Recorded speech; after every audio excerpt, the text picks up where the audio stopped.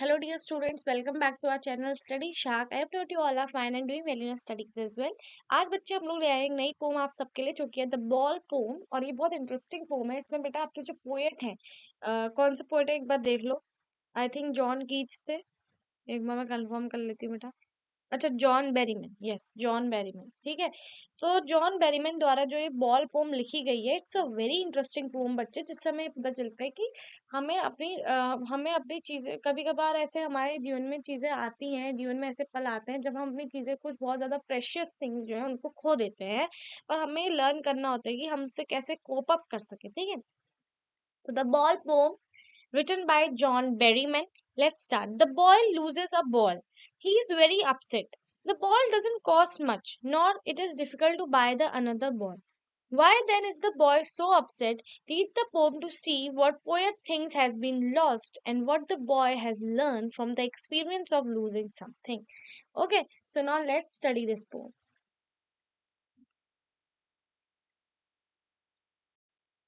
Okay, now see dear students, what is written? What is the boy now? Okay, before we read this poem, अच्छा मैंने ये चीज पढ़ लिया ना, ठीक है। What is the boy now who has lost his ball? What is he to do? I saw it go merrily bouncing down the street and then merrily over. There it is in the water. No use to say, oh, there are other balls. An ultimate shaking grief fixes the boy as he stands rigid, trembling, staring down all his young days into the harbor where his ball went. I would not intrude on him. A dime another ball is worthless. Now he senses first responsibility.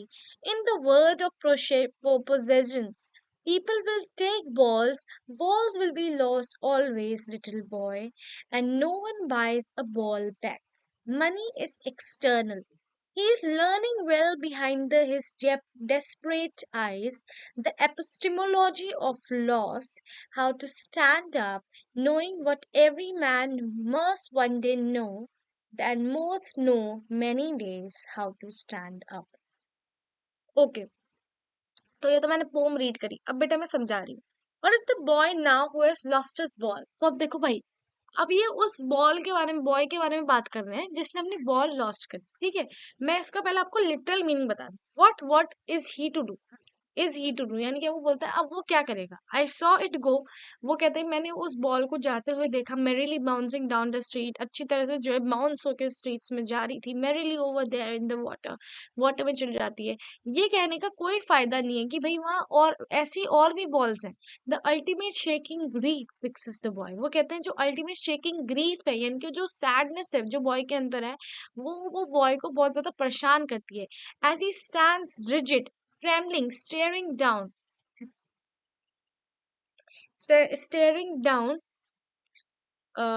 staring down all his young days into the harbor where. तो अब वो कहते हैं कि भाई harbour में ball चलेगी। His ball went, I would not intrude on him. अब वो कहता है भाई उसकी बॉल चलेगी, मैं उसको जो है डिस्टर्ब नहीं करूंगा। A dime another ball is worthless, जो 10 10 रुपए की, बेटा डाइम का मतलब होता है 10, ठीक है। तो इसमें आपको मीनिंग भी दिया बेटा 10, आई थिंक, हाँ।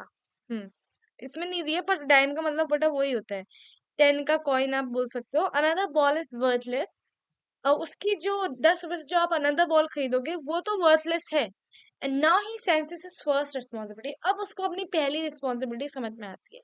इन the world of possessions people will take balls, balls will be lost always, little boy. अब वो कहते हैं भाई इस संसार में लोग ऐसी बॉल लेते रहेंगे, यानी कि लोग जो है आपकी कई प्रेशियस थिंग्स जो है यहाँ पे लेते रहेंगे। पर ये वही समझाते हैं बॉय को कि भाई अगर आपकी बॉल खो भी गई है, यानी कि अगर आपकी कोई प्रेशियस थिंग खो भी गई है तो कोई बात नहीं, ठीक है।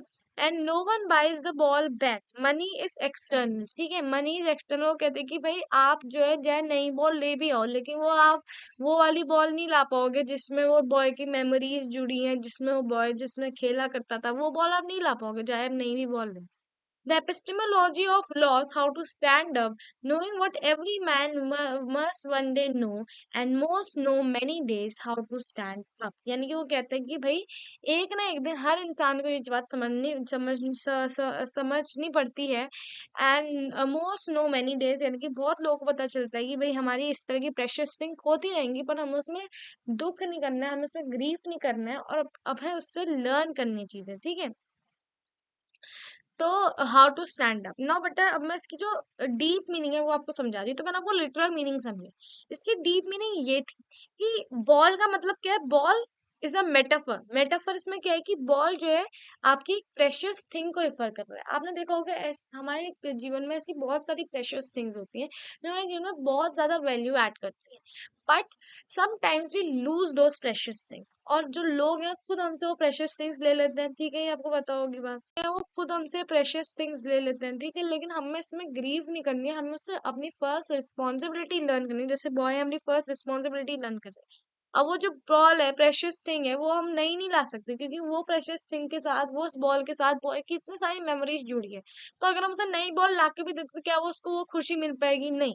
तो प्रेशियस थिंग्स हमेशा लूज होती है, पर we have to not grieve on those precious things, we have to learn the epistemology of loss, यानी कि हमें लॉस की एपिस्टेमोलॉजी लर्न करनी है कि भाई ऐसी बहुत सारी प्रेशियस थिंग्स होंगी इस मटेरियलिस्टिक वर्ल्ड में। लोग आपसे ऐसी कई सारी बॉल्स, कई सारी प्रेशियस थिंग्स लेंगे, but we have to learn this that we have to lose one day these are precious things. और हमें खड़ा होना जो है सीखना पड़ेगा। We have to learn this that how to stand up even if we lose these precious things. Okay, so next है, यहाँ पे कुछ क्वेश्चन है बेटा, वो देख लो। Why does poet say I would not include on him? क्योंकि poet ये चाहता है कि वो अपनी फर्स्ट रिस्पॉन्सिबिलिटी लर्न करे। What doesn't he offer him money to buy another ball? Because उनको ऐसा लगता है कि भाई वो बॉल जिसके साथ उसकी सारी मेमोरीज जुड़ी है, वो नई बॉल उसको लाके भी दे दें तब भी कोई फर्क नहीं पड़ता।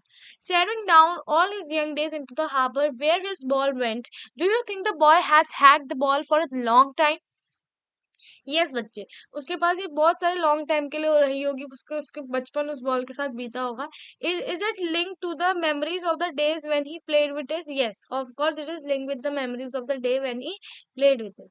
नेक्स्ट है, what does in the world of possessions mean? Okay, word of possessions का मतलब क्या है इन दिस मटीरियलिस्टिक वर्ड? वो कहते हैं मटीरियलिस्टिक वर्ड में लोग आपकी इस तरह की प्रेशियस थिंग्स लेते रहेंगे, but you have to understand the epistemology of loss and you have to stand up back. Okay, next, do you think the boy has lost anything earlier? Pick out the words that suggest the answer.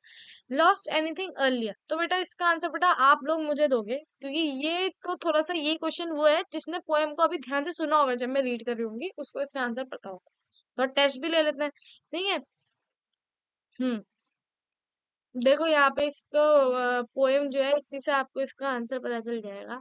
ये जो आपने यहाँ पे poem read करी है ना, इसी से आपको इसका आंसर जो है पता चल जाएगा। ध्यान से आप लोग इसको सुनो। What is the boy now who has lost his ball? What is he to do? I saw it go.